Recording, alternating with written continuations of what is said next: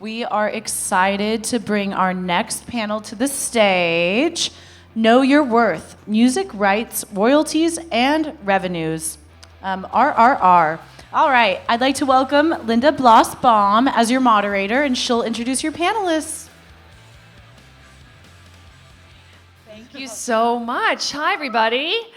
My name is Linda Bloss-Baum, and I am the Government Affairs Lead for the Songwriters of North America, and I have the great pleasure of moderating this tremendous panel today to talk about how to get paid. So we're thrilled you can be here. Please come up close. I can't see way in the back, but we'd love to be able to make sure that people get all of this great information that our four panelists are going to share with us. Okay. Up front, we're going to start in no particular order. Jamie Dominguez is the National Director of Industry Relations at the Mechanical Licensing Collective, otherwise known as the MLC. Jamie, please come up and join us. Jessica Roffe is the Associate Director of Artist and Industry Relations at SoundExchange. José Maldonado, Creative Partnerships Director of DEI. I'm glad that's still in your title, Jose, at Marmoset. And Lynn Lowe is the President of Label and Publishing Administration at Music Services, which is based in Nashville, Tennessee. So welcome, everybody. Oh my gosh, we have an extra chair. Oh, this is great. Thank you all for being here today. It's great. A beautiful afternoon. So happy that this venue is outside, so we're getting some fresh air outside of the convention center. I think what I'd like to do to start is just have each of you talk for a minute or two about what you do, what your organization does, and then we'll get into more specific questions about exactly how it's all administered. Sound good? Jose, you want to go first? You're right on my left? Okay. Take it away.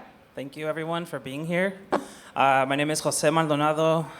As you mentioned, I am a Creative Partnerships Director at Marmoset. I also lead our DI efforts, and I live in Portland, Oregon, where we are headquartered. Marmoset is an independent licensing for music and production house. We work with all independent artists worldwide, over 2,000 artists, I believe, on our catalog and in our community of artists, and over 60,000 songs and growing. We see ourselves in the intersection of music and tech. We are also the first B Corp in the music industry. If anyone out there is familiar with the B Corporation community. So yeah, that's a little bit about us. We'll talk more about the B Corp part of the certification in a second. That's wonderful. Jessica. Hi, everybody. I'm Jessica Roffe. I am an Associate Director at SoundExchange. For those of you who don't know what SoundExchange is, it is a nonprofit based in DC. I'm actually based in Miami, but we work with artists on performance rights. We're a rights organization, separate from, I'm sure we're going to be talking about the differences between BMI and what SoundExchange does. But yeah, I'm happy to be here. And speaking of the publishing side of the house, we have Jamie from the MLC. Hello, hello. My name is Jamie Dominguez. I am National Director of Industry Relations at the Mechanical Licensing Collective, also known as the MLC. We're the new acronym on the block. There's a lot of acronyms in our industry. And what we do, we're a nonprofit. We were born out of the Music Modernization Act, which was legislation that was passed back in 2018. And we were formed in 2020. We're a nonprofit organization overseen by the U.S. Copyright Office to pay streaming royalties to songwriters. So that's what we do. We make sure that all of the DSPs, the streaming services, send us your royalty money, and we distribute it to you, the rights holders. We're a nonprofit. We don't take a commission. We're not taking any admin fees. We literally just have your money, and we need you to register with us so that you can collect your streaming royalties. So that's what we do. Fantastic. And last but certainly not least is Lynn. Hi, I'm Lynn Lowe from Music Services. We're based out of Nashville, Tennessee. We represent We administer record labels and publishing companies. We do a full service scale of everything, and in 2022, we were acquired by our CSAC Music Group. So in our suite of families, we have digital distribution, we have YouTube audio content ID, along with all the other services that we offer for our clients. We represent about 65 record labels and over 1,000 publishers. Fantastic. So we've got a bunch of managers in the house, and I'm sure they're interested in making sure they're hitting each one of these royalty streams. And what often happens in the oversimplification of the music industry and what might be the coming in point for a new artist is it's like, I just need to get my royalties, right? I need to get paid when my music's played. As we all know, it's not quite that simple, right? There's definitely different streams, different types of copyrights, and different organizations that are responsible for getting that money out of the hands of the fan and into the hands of the actual artist. Can each of you talk a little bit about how to initiate a registration for a new, I'm sure there's plenty of new artists out there. I know some of my students are in the audience that are up and coming. Woo! American University, go Eagles. But some of them are new artists. They're trying to, they're here at South by to learn about how to get started. What advice do you give to a brand new creator that shows up at your door and says, I want to make sure I'm getting paid? Jamie, why don't we start with you? Okay, so keep it really simple and basic. There's this holy trinity of organizations that you have to make sure that you're registered with in order to collect all of these royalty streams. So number one, your PRO, which you probably are already members of, so ASCAP, BMI, CSAC in the US. There are a couple other ones too, Alltrack and GMR. Number two, SoundExchange. Make sure you're registered with SoundExchange to collect your digital performance royalties on the sound recording side. And number three, the MLC. So you need to register with the MLC in order to collect your streaming mechanical royalties. So, what is it? PRO, SoundExchange, and the MLC. Those That's are the for three. singer-songwriters. So Correct. anybody who is performing the work and has this copyright on the sound recording side, you definitely want to make sure that you're sitting at SoundExchange. And maybe, Jessica, can you talk a little bit about how SoundExchange works to kind of track the royalties that you might have waiting for you and how those royalties end up in the hands of the people that deserve them? Absolutely. So we have we work with over 3,200 different platforms where we collect royalties. And basically what, kind of a little bit like what Jamie said, our thing is when you sign up with us, we need you to do a little work, which is called search and claim, right? So when you are performing, when you have a track out there and you join us, you go and you search and you claim it, and it becomes yours. And we have this wonderful website where you can look up everything. We also have an app where you can do that. And this is where you will be able to keep track of what we find for you and your royalties, right? So this is, again, separate, like we talked about the differences, separate. If you are a songwriter, then you would do that with BMI or ASCAP or CSAC. And with us, it's the performance and the rights. Perfect. And Lynn, you talked that CSAC is part of your family now. How do you all track what's out there on that side of the house and make sure that you have the perfect calculations to get the royalties back in the right hands? Well, for us at Music Services, when we take on a new client, we send out something called a letter of direction, LOD, and we have a royalty tracking system. So when it goes out, once we get paid from each of those places, whether it's SoundExchange, whether it's the MLC, we know that that money comes in and automatic. It's built into our system to track that. And then I always tell every client, you know your catalog way better than we're ever going to know your catalog. So we need you to communicate with us because we're a team. It's not just, oh, I wrote this song and everybody knows about it. No, everybody doesn't know about it. And so you need to tell us, and if it blows up on YouTube or anything else, that communication is there so that we know that we've got our claim on it. Just like at the MLC, we tell people that all the time. Like sometimes, even if we turn in your ISRC code, we still have to do a little bit more work. So just help us help you. I think that's the main message I'm hearing across the board here is it's not some magical fairy in the sky with a magic wand that makes sure that your music is out there and you will automatically be discovered. The actual work has to come. You have to register. You have to call the MLC. You have to go on the SoundExchange website. You have to tell them how to find you. And certainly in the early days of SoundExchange, I can remember SoundExchange being here at South by Southwest and having money for people but not being able to find them. So the best way Very to true. get out there. It's not just back then. We do that now. We Yes. have money out there, and a lot of what I do on a daily basis, and I guess my team, is call people and contact them and let them know, you guys have royalties out there. You have money. You just have to come and look for it. We can only go so far without having you guys meet us halfway, right? You'd be surprised how many different platforms there are nowadays where your royalties, come from.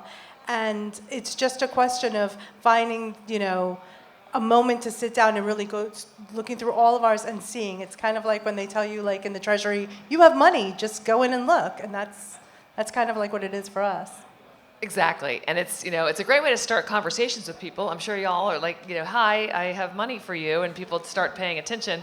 But these are trusted actors. These are trusted organizations, and even though they may be asking for information like your driver's license or your bank account number, it's because they're trusted and they have to put the money into your bank account. So don't hesitate. Sometimes people do. I don't want to give you that information, but it seems that you can trust these actors. They have your best interests, looking out for them.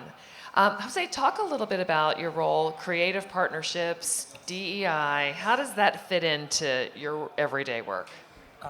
So I am, more client-facing. So as the acting publishers of our artists community, pitching music for them, going into spaces where we can talk about the catalog, showcase that, have screeners, et cetera, all that. Anything that we can do. The work that I do, I see as artist advocacy. So while they're, helping you make the money, like once things are already out there, we are trying to get you that placement. We are trying to get the work for the artists and, those entities to generate that revenue through the sync licensing world. Right, because again, people might have the best score out there in the whole wide world, but it doesn't necessarily just land in a top movie or television commercial or a video game or all those other places. So Marmoset helps with that. Correct. Got it. Yeah. Excellent. So how do you let people know that you're out there? You're speaking on a panel at South by Southwest. That seems like a really good start. What other ways, what other educational services do you use in your work? Jessica, I'm most familiar with SoundExchange. How do you let people know how to find you? So education-wise, we do have a really wonderful YouTube site which really helps you go step by step and learn the process of how to claim your music, what happens, how to sign up, if you need letter of directions, changes. But most recently, we have just started webinars, which we hope to be monthly, where you can come in and learn everything from the beginning, learn about what they do, and just the step-by-step process of getting yourself out there and getting the claiming, right? Again, we talk about claiming your music. And this webinar has really helped people start learning what it is they need to do. Sometimes artists don't have management. Sometimes you guys are doing everything on your own. So this is a really great place just to come to this webinar, spend some time there, come to our YouTube page and just kind of get step-by-step instructions. That's how we're trying to educate the masses to get them going and come claim your money that we have for you. Well, and managers that are out here, or if you're a self-managed artist out here, I know that you're not waking up in the morning and thinking, how do I get to all of these organizations and make sure that my data is in order? Most people, most creators are very right-brained, right? They want to wake up in the morning and write their next best song or, put together their next beat. But it's really important to make sure that there's somebody in the operation that is left-brained or at least part-time left-brained enough to worry about that. Jamie, you have the additional challenge of not only needing to educate people that the MLC is out there. But the MLC, like you said, is the newest acronym on the block, right? It hasn't been around very long. What have been some of your challenges in these last 5 years that the MLC has been around as being a new organization and building that trust so people are willing to give you all that private information? Well, to be fair, I only joined the organization a year ago, so I wasn't there at the very, very beginning 5 years ago when they actually had to start from scratch. And like, you know, to your point, reaching out to people saying there's money waiting for them, it sounds too good to be true, right? So there is this whole trust and education that you have to build, but what happens is, you know, I think for me, being out at these things constantly, in person, doing the outreach, education, what I've discovered, and I've kind of known this throughout my whole career because before this I was actually at CSAC for a very long time on the creative side. This whole world of royalties and that revenue that comes in from, that it generates, you know, from all these different possibilities, whether it's a sync or a song being on a radio or somebody covering your song, nobody really understands how the money flows, especially the creators, especially the ones actually creating the music.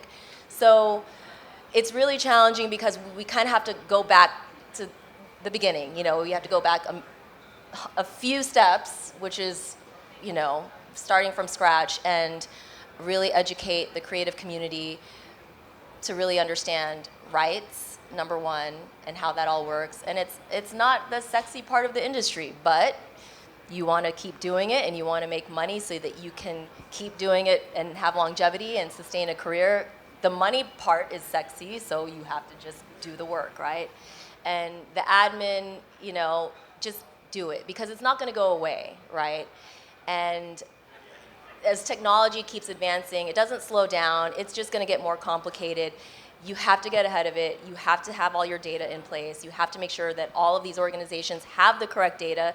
It all starts from you, the creator.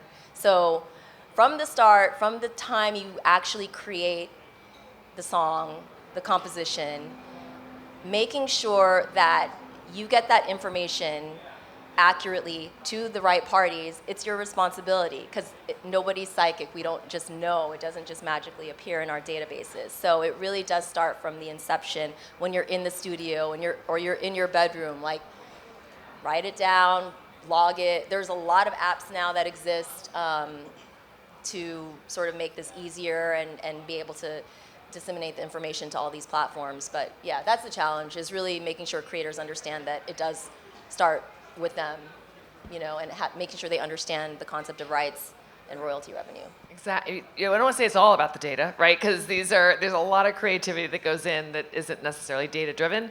But if you want to get paid, Yes. it's all about the data.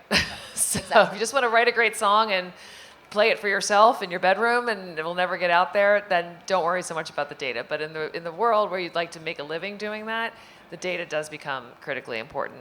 Lynn, do you have something you want to add about that? Because I do want to dig into data a little bit. Well, the most important thing as a songwriter and your publishing company, if you have a publishing company, is your IPI number.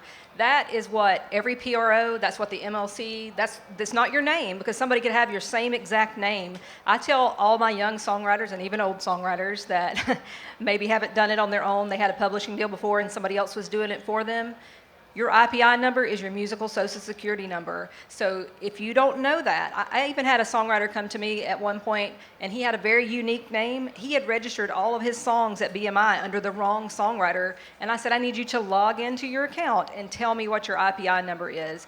And that is the most important thing, is obviously you're not going to remember it like you do your social security number, but log into your account, to your writer account, to your publisher account, and make sure when you give somebody your information that you're giving them the correct information with your IPI number. Well, and what happens when there are discrepancies? Because there are people with the same name. There are song titles that are the same. How do you deal with the discrepancies? Well, normally, like if we have a dispute, the MLC puts every publisher that's involved in that dispute on an email, and we work it out together. Sometimes it's as little as a point off of, we turned in 3 songwriters with every songwriter having 33 3/4%. But sometimes it's actually another songwriter going in and claiming that they wrote, and it takes sometimes months or years to get those disputes fixed. But I think every organization, like the MLC, Harry Fox, or any of those, we go MBMI, NASCAP, CSAC, they go back and forth between the publishers. Everybody's on the same email, and we all communicate together to get it solved. But it does take a long time sometimes. Sometimes it takes just one email, and they're like, oh, yeah, we're good. So it's email. So It's you email. it's all still done with email. Yeah. Is that true, Jessica, on the SoundExchange side? For us, mainly, the most important thing, again, is going back to your searching and claiming, because if it's yours, you're claiming it to be yours. We obviously do have had discrepancies before. We do have a legal team. We do deal with that. What I'd like to point out also is really important. For artists that are artists and also singer-songwriters, it's two different royalties, right? So I just want to point that out, that, just because I have people say to me, well, that I'm part of BMI or I'm part of ASCAP, it's not the same.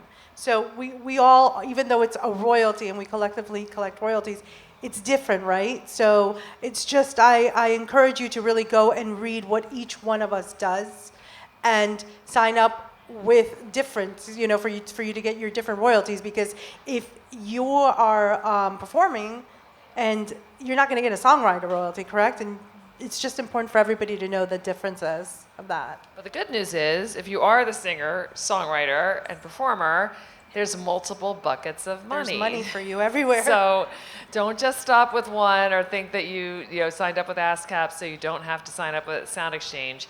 That there's really a lot of creative participants can take part in that. Jessica, can you talk a little bit about kind of who else can get paid at SoundExchange other than just the guy holding the mic and singing? Yeah, so we have the rights owners, correct? So we have producers.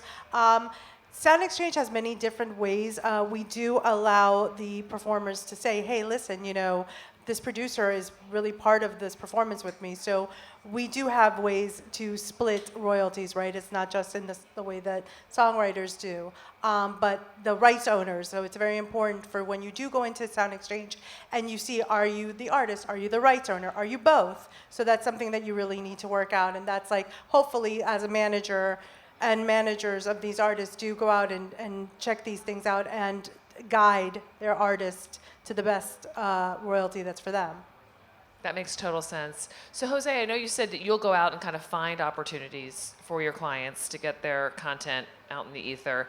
How do you then track those royalties coming in? Or is it a little bit easier because it's direct deals that are creative opportunities? How does that work on your end?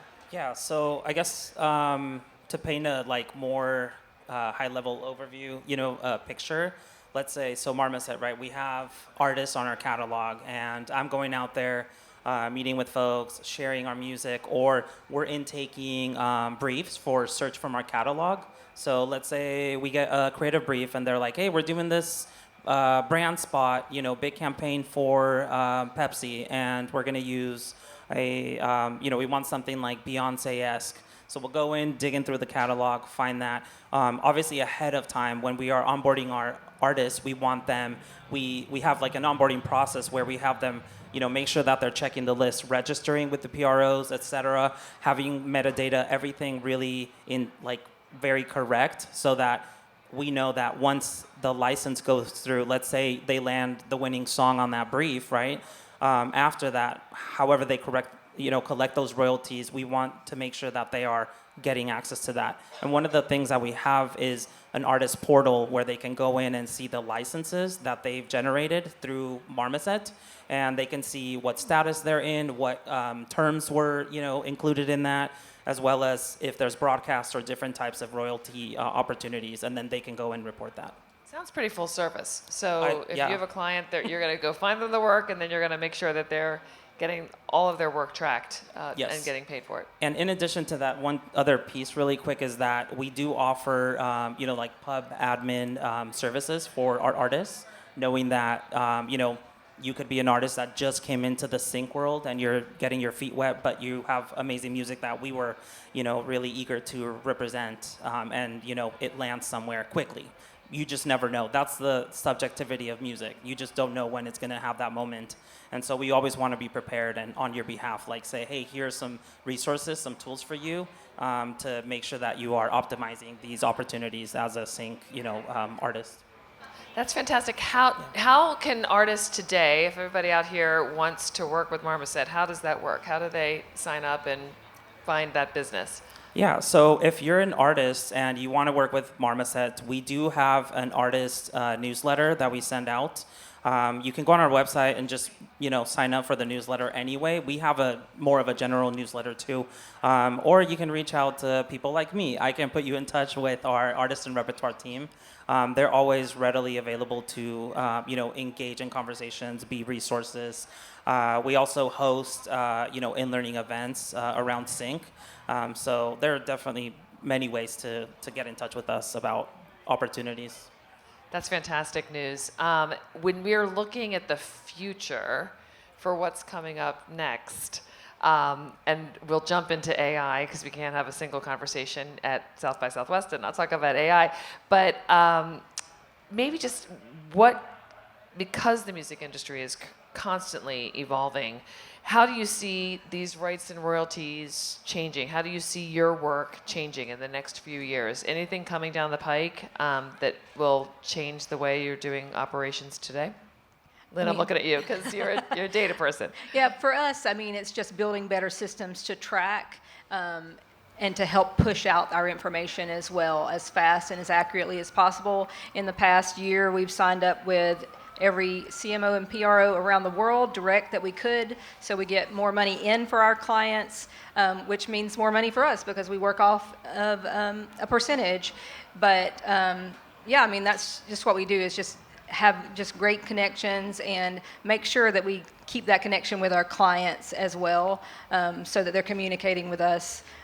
Most of our clients have a person that they have a relationship with at Music Services that they can call and talk to or email and get an answer right away. We've launched a new dashboard just this quarter. It's been the hardest quarter ever. How's that going for you? Well, after some long 15-hour days, it's been great.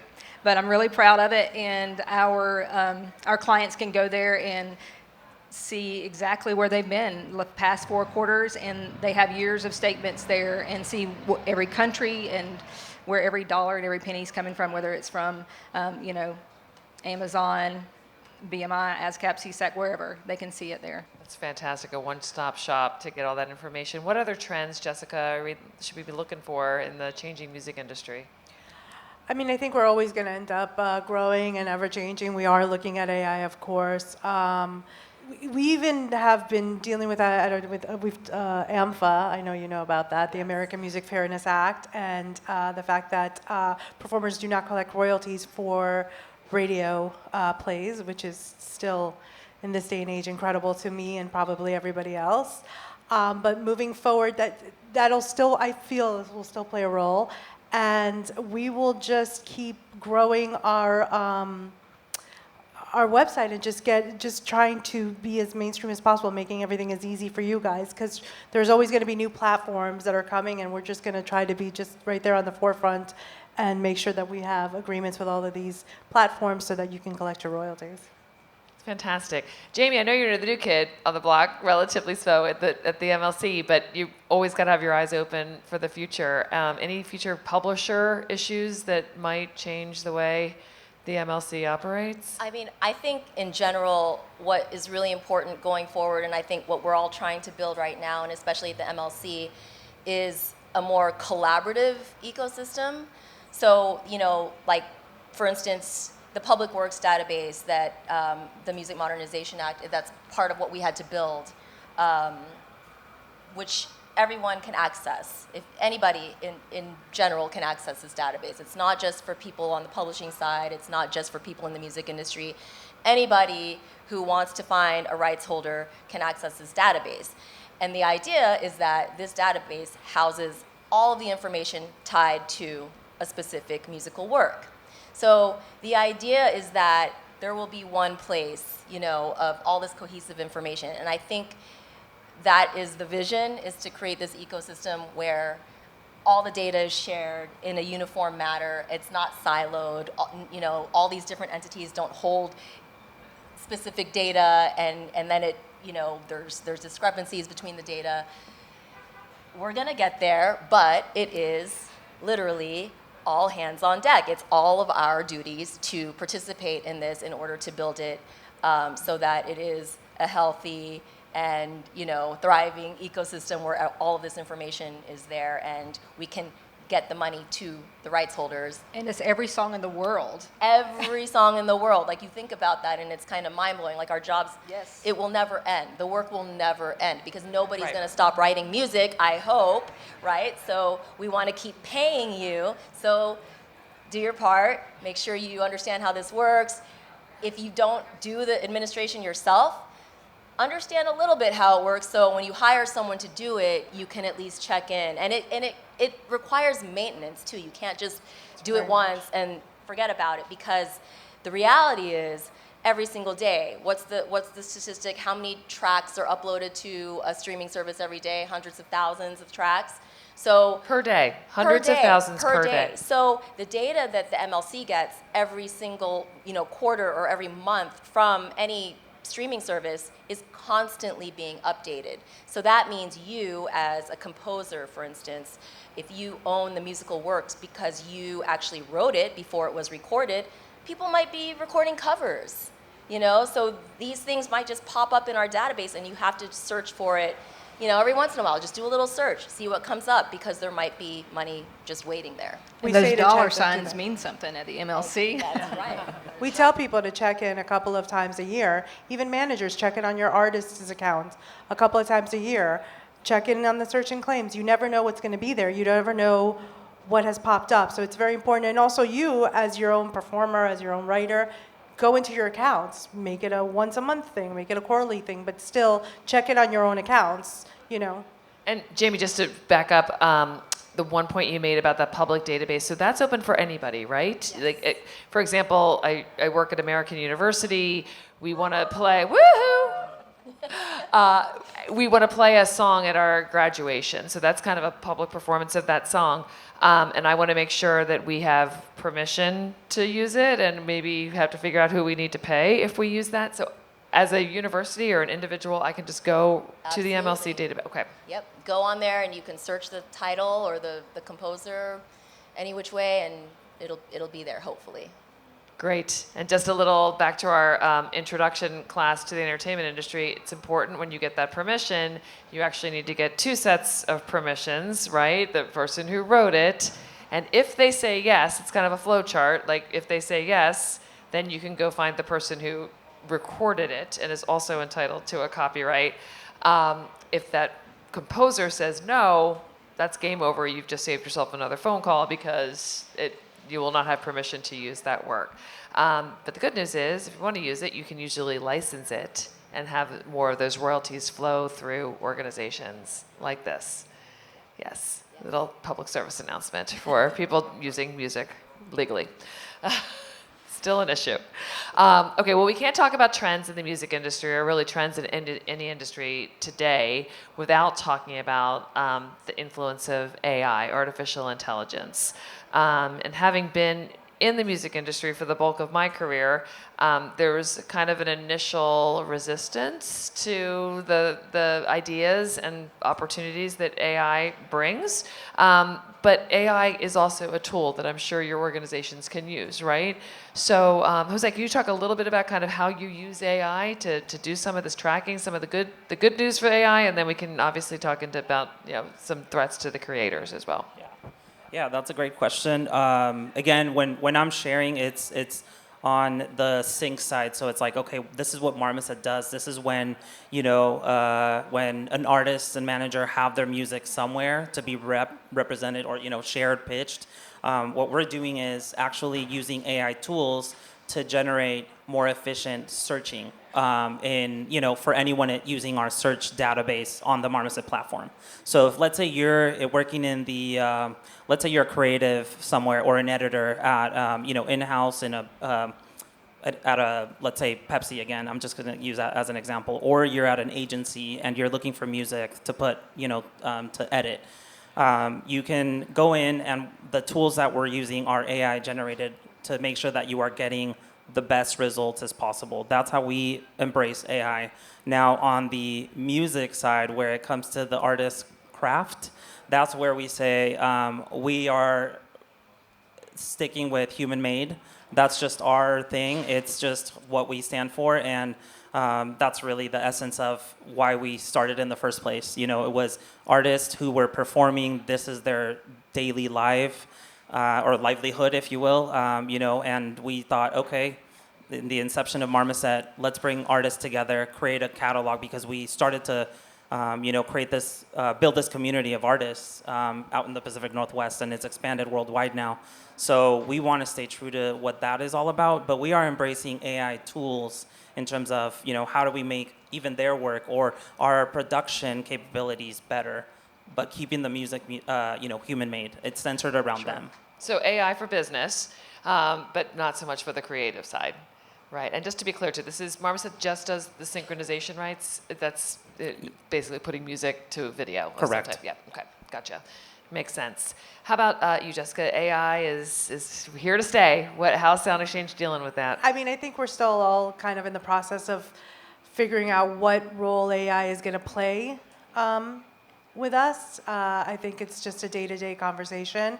It's growing. There hasn't been anything etched in stone yet from us, but I think it's just, we're working on it, you know, the conversations and seeing where it's going to take us. You know, are we going to be, is it going to be for good? Are we going to find ways to pay royalties for that, for performances in that age? I think right now it's still very new, and hopefully we'll have some more stuff to talk about in the next couple of years, but for us it's just very now starting.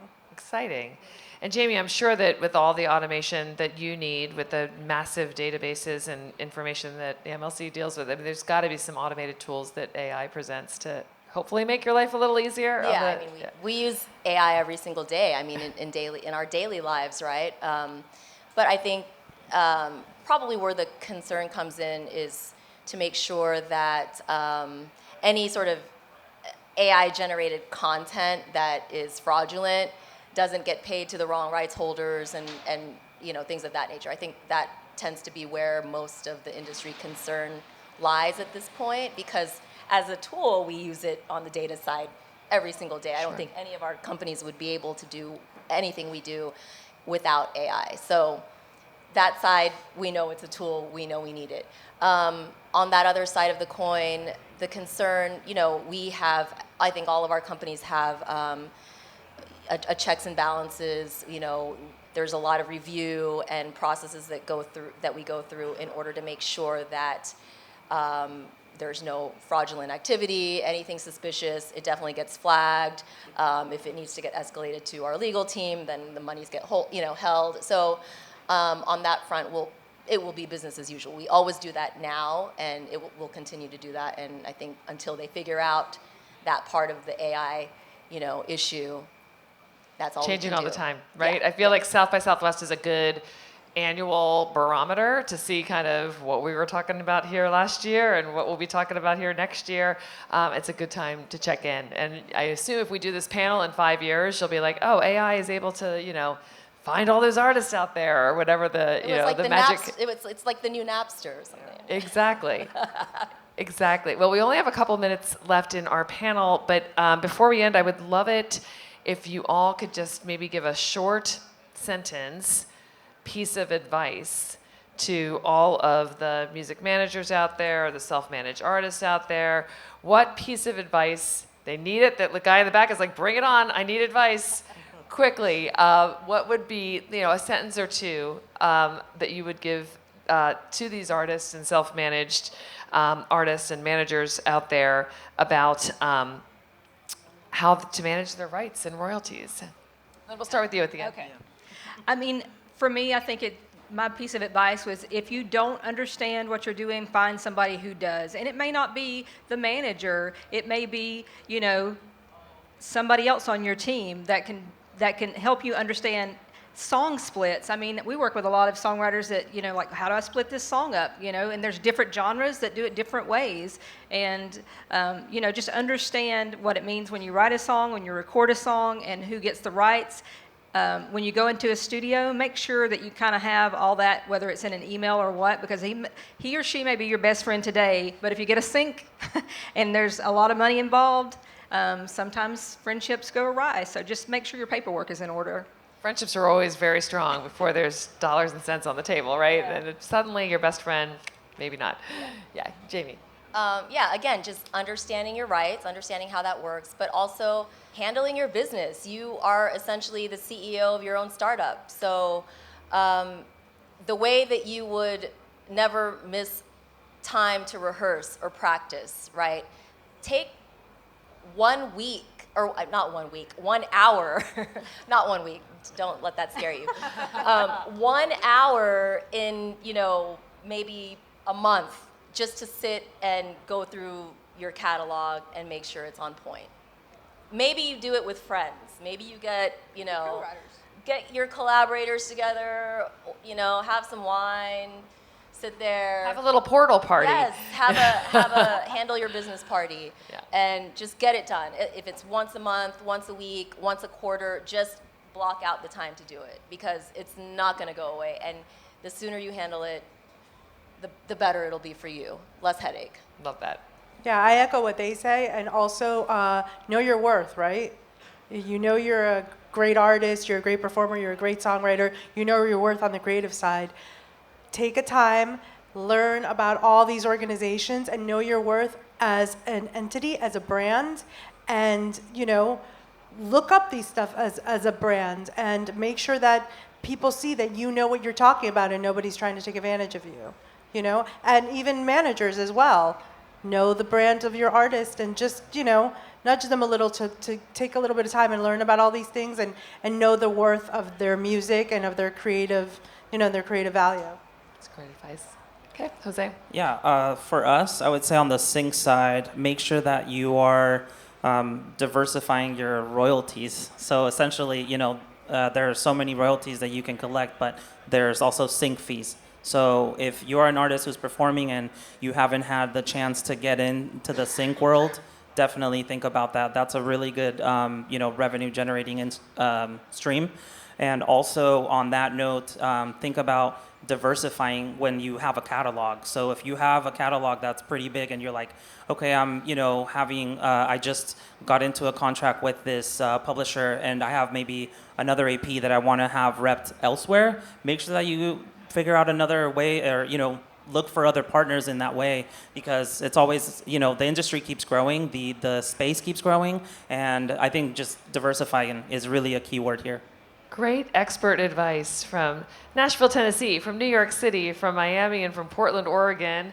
And I'll tell you, pay a little attention to Washington, D.C. too, because we might always just step in and try to change some of those rules of the road. So pay attention to your arts organizations that are working for you in Washington, D.C., like I get to do for the Songwriters of North America, because the rules of the road can always change. And we'll be talking about something different next year at South by, and I hope to see you all again then. But thank you for coming out. Thank you.